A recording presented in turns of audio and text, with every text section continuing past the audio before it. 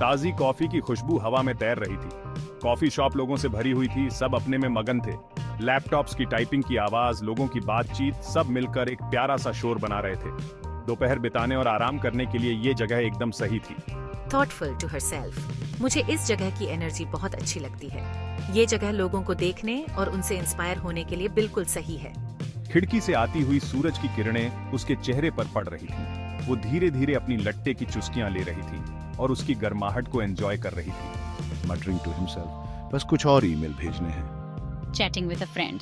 तो यार, मैंने उससे कहा कि उसे ये नई जगह तो ट्राई करनी ही चाहिए। अचानक एक तेज आवाज ने सबको चौंका दिया। एक आदमी का बैग गिर गया था और उसमें रखा सारा सामान फर्श पर बिखर गया था। कागज, पेन और यहाँ तक कि एक कॉफी का थर्मस भी, सब कुछ बिखरा पड़ा था। वो घबराया हुआ लग रहा था और अपना सामान समेटने की कोशिश कर रहा था। वॉर्मली, चलो मैं मदद करती हूँ। वो आदमी ने हैरानी से उसकी तरफ देखा। अरे बहुत बहुत शुक्रिया, आप बहुत दयालु हैं। चकलिंग, कोई बात नहीं, ऐसा हो जाता है। उसने उसे कागजों का एक ढेर दिया जो उसने समेटा था। जैसे ही उनके हाथ छुए, उनके बीच एक अलग सी खिंचाव महसूस हुई। इंट्रोड्यूसिंग हिमसेल्फ, मैं मैक्स हूँ।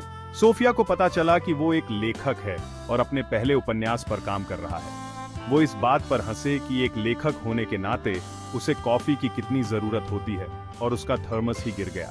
शाइली, मैं बहुत प्रति हूँ। मुझे किताबों के जरिए अलग अलग दुनिया में जाना बहुत पसंद है। Eyes lighting up. सच में, आपको किस तरह की किताबें पढ़ना पसंद हैं? सोफिया और मैक्स अगले 1 घंटे तक बातों में मग्न रहे। उन्हें पता चला कि उन्हें क्लासिक साहित्य बहुत पसंद है, खासकर जेन ऑस्टिन और अर्नेस्ट हेमिंग्वे की रचनाएं। उन्होंने इस बात पर बहस की कि लिखने के लिए कॉफी बेहतर है या चाय। फर्मली कॉफी, बिल्कुल। मेरे लिए तो वही सबसे सही है लिखने के लिए। संगीत एक और ऐसा जुनून था जो दोनों में समान था। मैक्स एक गिटारिस्ट था, जबकि सोफिया के पास एक सुरीली आवाज थी। उन्होंने अपने पसंदीदा बैंड और संगीत से जुड़ी भावनाओं के बारे में बातें की। Drawn to his energy. आप तो साधारण से साधारण विषय को भी इतना दिलचस्प बना देते हैं। जैसे जैसे उनकी बातचीत आगे बढ़ी, उन्हें एहसास हुआ कि दोनों को ही नई नई जगहें देखना बहुत पसंद है। Sharing a dream. मेरा हमेशा से सपना रहा है कि मैं साउथ ईस्ट एशिया में घूमूं। कन्फेसिंग। और मेरा हमेशा से सपना रहा है कि मैं माउंट किलिमंजारो पर चढ़ाई करूं। कॉफी शॉप, जो पहले बस एक जगह थी, अब गायब सी हो गई थी क्योंकि वे दोनों एक दूसरे से बहुत गहराई से जुड़ चुके थे। देखते ही देखते घंटे बीत गए और कॉफी शॉप बंद होने का समय हो गया। मुझे अब जाना चाहिए। मैं भी। मैक्स थोड़ा रुका और फिर हिम्मत करके बोला, सुनो, सामने एक बहुत सुंदर पार्क है। क्या तुम चाहोगी मेरे साथ वहाँ टहलने चलना?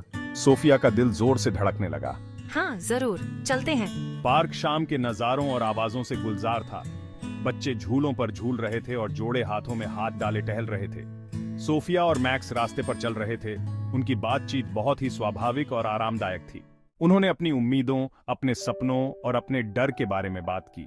सोफिया मैक्स की सादगी और ईमानदारी से बहुत प्रभावित हुई। वो खुद को लोगों के सामने लाने से नहीं डरता था और यही बात सोफिया को उसकी तरफ और भी आकर्षित कर रही थी। जैसे जैसे सूरज डूबने लगा और रास्ते पर लंबी लंबी परछाइयां पड़ने लगीं, उन्हें एक विलो के पेड़ के नीचे एक बेंच मिली। हवा चलने से पत्तियां हिल रही थीं और एक मधुर धुन पैदा कर रही थीं। मैक्स ने सोफिया को देखा। उसकी आंखों में प्यार और सम्मान साफ दिखाई दे रहा था। उसने देखा कि कैसे सूरज की रोशनी उसके बालों में चमक रही थी और उसकी मुस्कान में कितनी प्यारी सी गर्माहट थी। सोफिया उसकी निगाहों में खोई हुई थी। उसने अपने दिल में एक अजीब सी धड़कन महसूस की।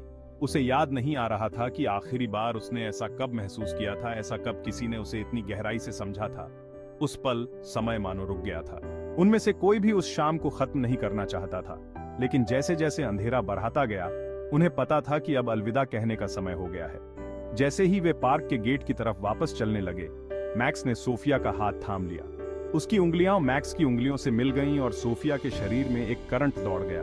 वे दोनों कोने पर खड़े थे, कोई भी जाना नहीं चाहता था। आज मुझे बहुत अच्छा लगा सोफिया। मुझे भी मैक्स, मुझे उम्मीद है कि हम ऐसा फिर कभी कर पाएंगे। हाँ जरूर। वो झुका और उसके गाल पर एक प्यारा सा चुंबन किया, जिससे सोफिया की सांसें थम गईं। जैसे ही सोफिया जाने के लिए मुड़ी, वो मुस्कुराई। कॉफी शॉप में हुई ये मुलाकात कुछ कहास में बदल गई थी। उसे ऐसा लग रहा था कि यह तो बस एक खूबसूरत कहानी की शुरुआत है।